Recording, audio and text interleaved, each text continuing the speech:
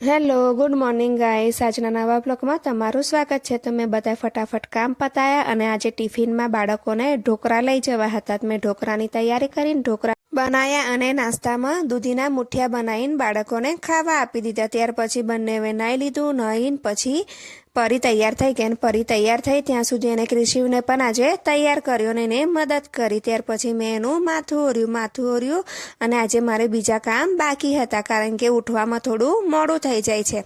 તો મેં પહેલાં પરીનું માથું ઓરીને એ લોકોને રમકડા રમવા આપી દીધા ને એ બંને રમકડા રમતા હતા ત્યાં સુધી મેં ફટાફટ ઘર સાફ કર્યું અને પછી કચરો વાળીને બીજી બાજુ પોતું મારવા બેઠી કારણ કે આજે એમ પણ ખૂબ જ મોડું થઈ ગયું હતું. તું પોતું મારતી હતી અને બીજી બાજુ એ લોકોને થોડો નાસ્તો પણ ખાવા આપ્યો અને નાસ્તો આપ્યો ત્યાં તો ક્રિશિવે ફરી એનું નવું રૂટીન ચાલુ કર્યું કે મમ્મી આજે મારે પેટમાં દુખે છે અને કાલે એવું કહેતો તો મને માથું દુખે છે અને સ્કૂલે નથી જવાનું ગમતું. તો એ રોજ નવા બહાના બતાવે છે અને સ્કૂલે ના જવાની જીદ કરે છે, પરંતુ હું જેમ તેમ એને પટાવીને સ્કૂલે જવા માટે તૈયાર કરી દઉં છું.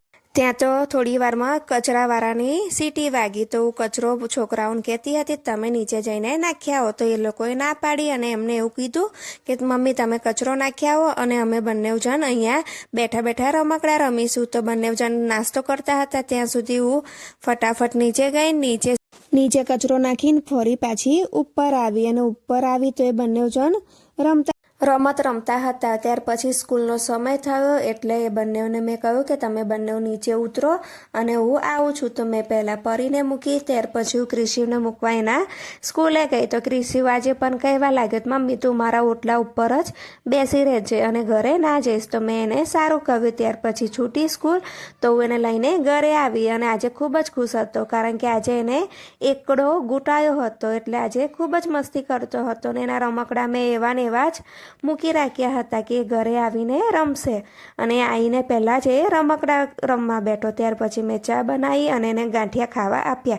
એ ચા નાસ્તો કરતો હતો ત્યાં સુધી પરીને લેવા જવાનો સમય થઈ ગયો. તો પરીને લેવા ગઈ તો આજે ક્રિશિવ ખૂબ જ રડતો હતો. એને સ્લેટ જોઈતી હતી પરંતુ દુકાનમાં નથી અને એવું કહેલું કે કાલે સ્લેટ આવશે એટલે તમે લઈ જજો. પછી હું મનાવીને એને ઘરે લાવી એટલે હું સાબુની જે પેટી લાવી હતી એ પેટીની ડીજે બનાવીને રમવા બેઠો અને સાંજ પડી પછી મેં એ લોકોને ગરમ સૂપ બનાવી આપ્યો. સૂપ પીધો અને ખાધું અને આજનો દિવસ